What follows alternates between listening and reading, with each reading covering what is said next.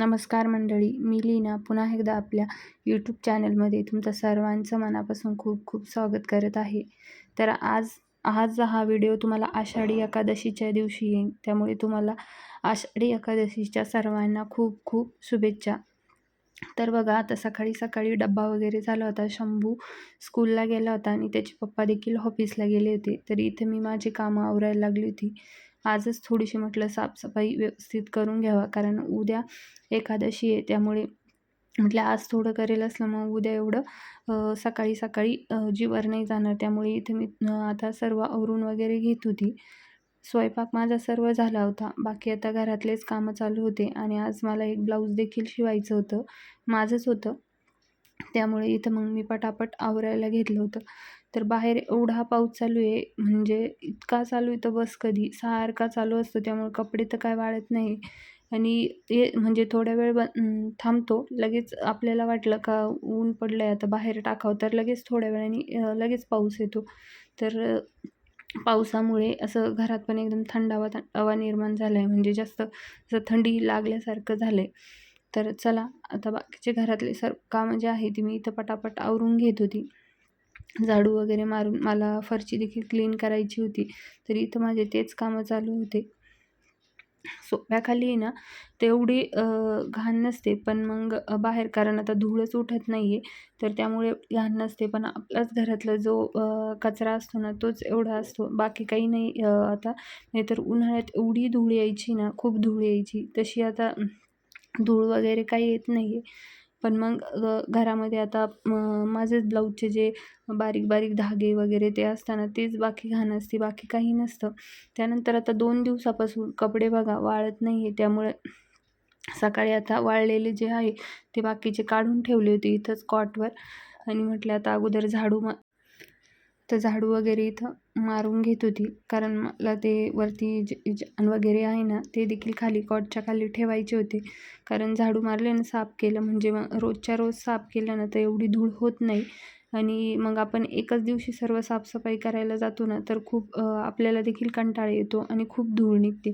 रोज थोडं थोडं साफ केलं तर एवढी घाण वगैरे निघत नाही. आता इथे मी बेडरूम वगैरे व्यवस्थित झाडून वगैरे घेतला आणि आता जे कपडे वगैरे होते ते देखील, तर त्यांच्या मला इथं घड्या वगैरे घालून व्यवस्थित ठेवायच्या होत्या, कारण 2-3 दिवसापासून आहे ना कपडे वाळतच नाही आहे. त्यामुळे मग ते असेच इकडे तिकडे पडलेले असतात, वाळत टाकलेले असतात, कुठं दोरीवर, कुठे घरामध्ये फॅनखाली. तर आता बाकी जे वाळले होते ते मला इथं आवरून ठेवायचे होते. आता बाकी मी इथं कॉट वगैरे देखील साफसफाई करून घेत होती आणि कपड्यांच्या घड्या घालून घेते म्हटलं आता, कारण 2 दिवसापासून धुतले पण वाळलेच नव्हते. तर आज ते वाळले होते, तर ते काढून मी इथं घड्या वगैरे घालून घेत होती.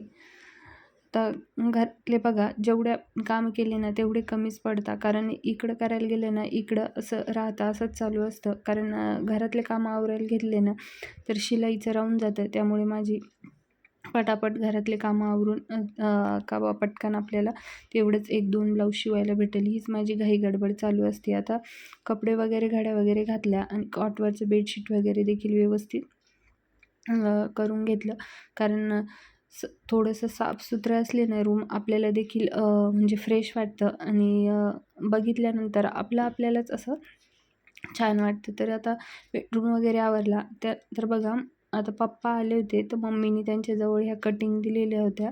तर आता ह्या 2-3 दिवसापासून हे झाडं लावायचं चालू आहे. पण नेमकी पाऊस एवढा चालू आहे ना, तर माती ओली, त्यामुळे मग माती आणणं होईना, तर मी ते पिशवीत तसेच ठेवले. तर ते बघा, रोज कळ्या येत आहे यांना आणि रोज मस्त फुलं उमलत आहे. म्हणजे ते मातीत लावलेलं नाही तरी ते एवढे फुलं येत आहे त्यांना. पण आता बघू, पाऊस उघडल्यावर माती घेऊन येऊ आणि त्याला मातीत लावून घेऊ. त्यानंतर मस्त आता सर्व घरातली कामं वगैरे आवरून घेतली आणि देवपूजा करून घेतली आणि पाठ देखील मस्त वाचून घेतला. तर देवपूजा वगैरे आता म्हणजे जशी शंभूची ते सकाळी स्कूलला जातो आहे आणि त्याचे पप्पा देखील सकाळ शिफ्टला जात आहे.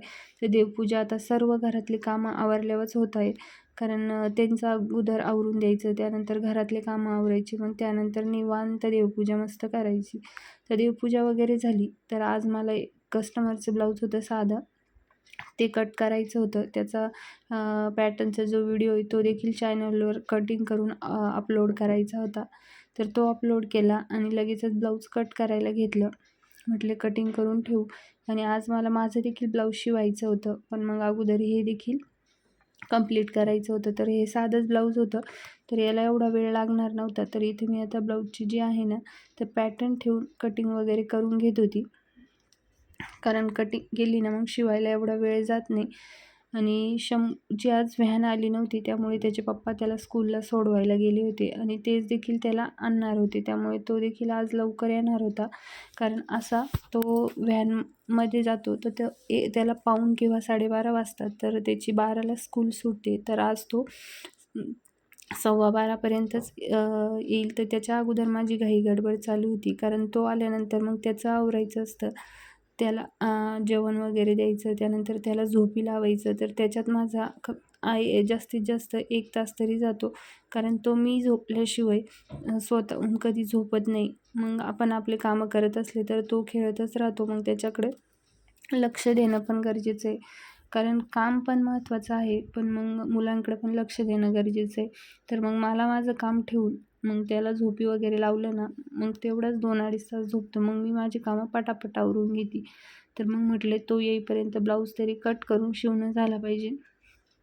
तर इथं माझी आता तीच गडबड चालू होती. तर ब्लाऊज तर कट झाला होता. बाकी साधा ब्लाऊज आहे, त्याला एवढा शिवायला वेळ वगैरे लागत नाही. पण आज मला माझं ब्लाऊज शिवायचं होतं, तर त्याचे देखील व्हिडिओ चॅनलवर दुसरं जे चॅनल आहे माझं ब्लाऊजचं त्यावर अपलोड करायचे होते आणि शूट वगैरे करायचे होते. तर त्याला खूप वेळ लागणार होता. त्यानंतर साडी पिको फॉल करायची होती आणि काही 2-3 ब्लाऊज होते त्यांना हुका, बटणं वगैरे लावायची होती. तर आज हे एवढं काम मला सर्वच्याच कंप्लीट करायचं होतं. तर ब्लाऊज कट वगैरे झाला. तर बाहेर आली तर एवढं छान ऊन पडलं होतं. म्हटलं आता कपडे थोडेसे बाहेर टाकावे. इथं बघा मेंढरं वगैरे बकऱ्या ज्या आहे ना त्या मस्त चरायला आले होते. ऊन मस्त पडलेलं होतं. म्हटलं आता मलाच वाटलं उघडला आता पाऊस. म्हटलं आता कपडे आपण जे आहे ना धुतले होते ते बाहेर टाकू. तर कपडे वगैरे बाहेर टाकले आणि काही नाही ब्लाऊज शिवायला गेली. परत पाऊस आला. परत ते इकडनं तिकडे घ्यावं लागले.